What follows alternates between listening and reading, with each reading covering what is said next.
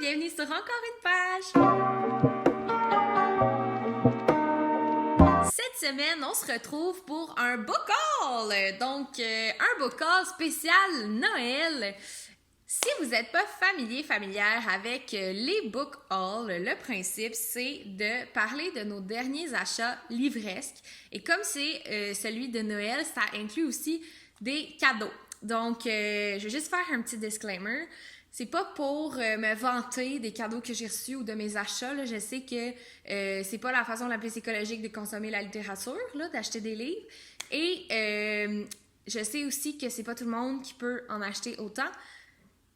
Mais j'apprécie, moi, regarder les book hauls des autres. Ça m'inspire et ça me donne des idées de livres que j'ai envie de lire. Donc, c'est vraiment plus dans cet esprit-là que je le partage et vraiment pas dans un esprit vantard et c'est vraiment pas ça que je veux que vous reteniez de cette vidéo. Sans plus attendre, on va commencer parce que j'ai quand même beaucoup de livres dont je voudrais vous parler et j'ai pas envie que la vidéo dure 20 minutes. J'ai décidé de joindre les deux livres que j'ai reçus à mon anniversaire parce que mon anniversaire est mi-novembre et Noël, c'est pas longtemps après. Je me suis dit, je vais pouvoir inclure ces deux livres-là avec les autres. Ça va être moins bizarre que juste les deux livres Nowhere qui pop. Les deux livres m'ont été offerts par mon mari. Le premier, c'est Les ananas de la colère de Caton, publié chez les éditions Pow Pow. Ce livre-là, j'en ai entendu parler dans une chronique de MH la lectrice qui s'appelle Les fruits sont choqués. Et elle comparait ce livre-là au Raisin de la colère de Steinbeck, si je me trompe pas. Mais en fait, il n'y a pas tant de liens en commun, là. C'est juste le titre qui se ressemble. Mais si je me rappelle bien, c'est comme les aventures de gens qui ont un bar tiki. Donc, très, très estival comme lecture. Et comme une de mes résolutions, c'est de essayer d'orienter mes lectures avec les saisons, ben je crois le lire un peu plus tard cette année. Mais j'ai très hâte. J'en ai pas parlé, mais c'est une BD. Donc, moi, j'aime beaucoup les BD. Surtout les BD de ce genre, qui sont vraiment faites pour les adultes. Mon mari m'a aussi offert faire son gros possible des jumelles Stratis, Caroline et Josiane. Moi, je suis très fan de ces filles-là. Je trouve qu'elles sont extrêmement pertinentes, extrêmement éloquentes et comment elles écrivent, ça me rejoint. Ça m'a toujours rejoint. Je pense le jour 1 de leur blog, j'étais là. J'ai finalement écrit pour ton petit look. Maintenant, c'est du passé, mais j'aime beaucoup leurs textes et ce livre-là, ça parle de la maternité, de la famille, ce qui n'est pas encore ma réalité, mais je crois être capable d'en tirer des apprentissages ou au moins un peu une lecture feel good. Ouais, je m'attends à ça, même si je crois pas que ce livre-là est le but c'est de feel good. D'après moi, c'est plus de parler de la réalité et c'est pas toujours facile, mais bref. J'ai très, très hâte de lire ça. J'achète la plupart de mes livres au Bureau Pro Citation et cette chaîne de librairies qui se disent indépendantes ont un programme de fidélisation qui s'appelle le Club de lecture. Et le principe, c'est que quand on achète pour 200$ et plus de livres au courant d'une même année, ils remettent 10%. Ils te remettent 10% dans le fond comme de cashback. Là. Et là, moi, j'ai dépassé ce montant. Là. C'est parce que j'ai fait beaucoup de cadeaux. C'est juste pour ça. Avec l'argent qu'ils m'ont remis, je me suis permise de me faire des cadeaux de Noël de mois à mois. Donc, j'ai acheté quelques petites affaires, dont le premier est ce mini bullet journal. Donc, je suis nouvelle au bullet journaling, mais j'aime bien. J'ai comme commencé à me faire des petits dessins, des façons de m'organiser. Le but, c'est vraiment d'organiser mes lectures. Là. J'ai pas envie de l'utiliser comme un agenda parce que je trouve que c'est beaucoup d'ouvrage pour un agenda et c'est pas le meilleur format, mais comme pour organiser YouTube, ça peut être pas pire. Et je crois que je ne suis pas la seule à penser que je manque d'organisation parce que j'ai reçu ce petit cahier de la compagnie Cahier pour prendre en note mes lectures. J'ai trouvé ça franchement mignon et super approprié comme je débute sur BookTube et je me lance un peu ici et là, me rendre compte en chemin de mes erreurs. Donc voilà, va beaucoup plus m'aider à être concise dans mes résumés. de les prendre en note, en fait. Toujours dans ces achats du Bureau Pro, je me suis procuré L'Enfant Mascara de Simon Boulris. C'est l'histoire d'une personne trans. Je sais pas de quel genre à quel genre, c'est pas vraiment important. Elle va vivre sa transition au secondaire et ça se passe en Californie. Je crois pas que ça se passe de nos jours, mais c'est une histoire vraie, là. Bien sûr, ça a été romancé, là. Il y a des choses qui ont été ajoutées, comme toujours. Mais ce livre a connu un grand succès auprès de la critique. Et moi, je suis très fan de Simon Boulris. Pas de tout ce qu'il fait, parce qu'il fait énormément de choses et j'ai l'impression des fois qu'il se perd un peu à force de produire autant d'œuvres, mais celui-là semble faire l'unanimité et j'ai vraiment, vraiment hâte de le découvrir. Ensuite, je me suis acheté La Grosse LED de Marie-Noël Hébert. C'est publié aux éditions Quai numéro 5. Ce titre-là, il fait mal un peu, je trouve, à lire.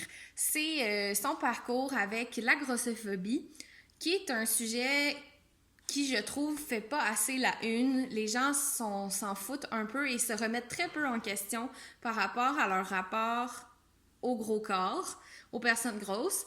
Et je trouve que c'est un sujet qu'on devrait aborder beaucoup plus souvent et l'aborder avec une certaine sensibilité. Donc, j'espère que ce livre-là va permettre de l'aborder puis je vais pouvoir le passer à plein de monde. C'est une BD et je trouvais les dessins franchement magnifiques, là. J'ai vu les dessins avant de voir le livre là, parce que je suis Marie-Noël sur Instagram. Je trouve ça très très beau. Ça a l'air quand même assez difficile comme lecture, mais qui dit difficile dit souvent nécessaire. On arrive au cadeau de Noël. J'ai reçu en cadeau 5 livres dont je suis très très contente d'avoir en ma possession. Le premier, c'est La Bête à sa mère de David Goudreau, publié chez les éditions Stanké. Donc, c'est mon mari qui m'a offert ça. La Bête à sa mère, c'est une série qui connaît un grand succès au Québec. J'ai l'impression que tout le monde l'a lu. La première phrase derrière le quatrième de couverture, c'est « Ma mère se suicidait souvent ». Moi, je trouve ça franchement accrocheur et ça me donne vraiment envie de le lire. Toutes les revues que j'ai entendues et dont j'ai lu la critique, là, m'ont donné envie de le découvrir. Et là, à cause de doublons, de cadeaux de Noël, ma mère m'a offert la suite. Donc, elle a échangé d'autres cadeaux pour me donner La Bête et sa cage et Abattre la Bête, donc qui est le tome 2 et 3 de la série La Bête. Maintenant, ils sont disponibles en intégrale. On peut acheter un seul roman et avoir les 3. Mais moi, je préfère les avoir en 3 tomes parce que je peux les entrecouper de d'autres lectures. J'aime pas ça laisser un livre en plan, même s'il y en a 3 inclus, là, j'aime vraiment pas ça. Très hâte de découvrir ça cette année. Mon frère m'a offert Croc fendu de Tania Tagaq. C'est un livre qui est autochtone à la base. Ça se passe au Nunavut dans les années 70. J'ai aucune idée de quoi ça parle, mais je l'ai vu passer souvent et je suis comme à chaque fois que j'ai lu des œuvres de personnes autochtones, j'ai été vraiment touchée, portée, comme je me sens... j'ai l'impression d'être vraiment newbie là, dans la littérature autochtone. Je connais pas encore vraiment ça, mais j'ai juste envie de le découvrir, fait que j'aimais ça. Puis je pense que c'est un des seuls livres que j'ai demandé à Noël parce que je le trouvais vraiment beau aussi. Puis je trouve ça important d'acheter et d'encourager nos artistes autochtones. Donc j'ai hâte de lire ça. Et ça se passe l'hiver, je crois. Donc, ma saison préférée.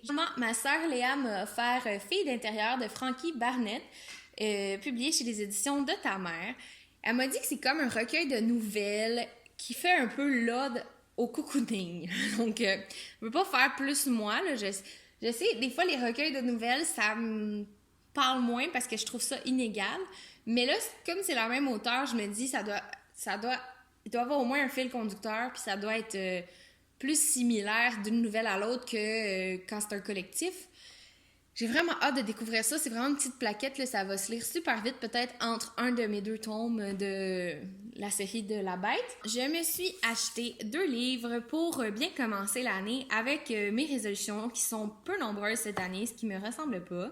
Mais la première résolution, c'est celle que j'expliquais dans ma dernière vidéo de 2019 là, sur les bilans. Dans le fond, j'ai pigé une catégorie et je voulais lire un livre québécois qui fitait avec la catégorie.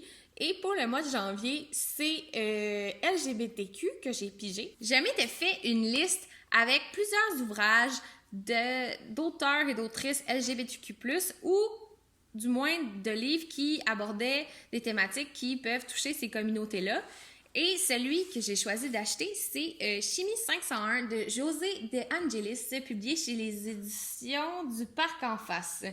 Donc, c'est un roman jeunesse. Ben, ils disent 14 ans et plus, là, fait que rendu là, c'est juste pour tout le monde, on peut se dire ça.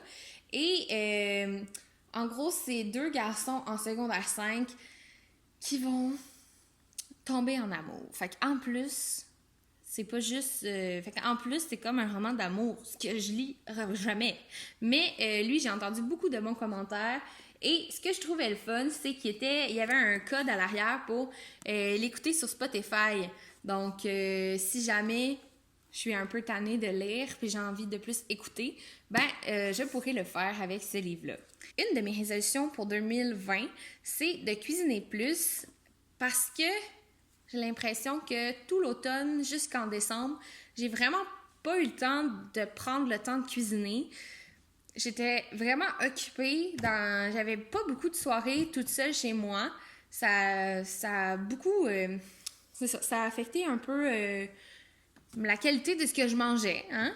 Et là, j'ai envie de me reprendre en main en cuisinant des choses que j'aime, simples et dont je connais tous les ingrédients.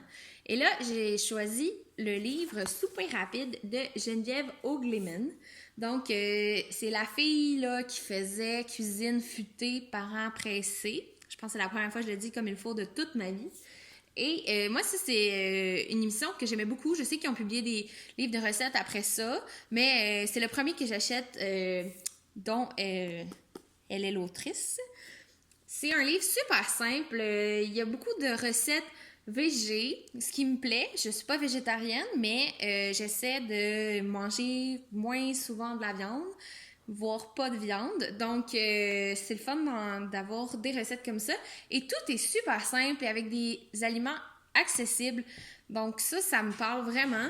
Et c'est écrit « souper rapide ». Donc, si mon mode de vie continue à être rapide, je pourrais l'utiliser. Mais j'aimerais ça que ça ralentisse. C'est comme mon objectif aussi pour 2020, ralentir. OK? Slow tout dans la vie. C'est déjà tout pour cette semaine où je vous ai retrouvé dans cette petite ambiance cosy de la maison de ma maman. J'espère que vous avez apprécié ce book haul. Dites-moi si vous aimez ça, des vidéos d'achat, si c'est bizarre. En tout cas, moi, j'aime vraiment ça, mais j'aimerais avoir votre avis là-dessus. Dites-moi aussi dans les commentaires quel livre vous avez reçu à Noël, si vous en avez reçu, ou c'est quoi votre dernière acquisition. Ça peut être aussi un livre que vous avez acheté en seconde main, bien entendu, ou que vous avez loué à la bibliothèque. N'hésitez pas à liker ma vidéo, la partager et à vous abonner à ma page Instagram et même à ma chaîne YouTube. Hein, ça serait vraiment le fun. Sur ce, je vous souhaite du succès dans vos projets et dans votre vie et on se revoit très bientôt.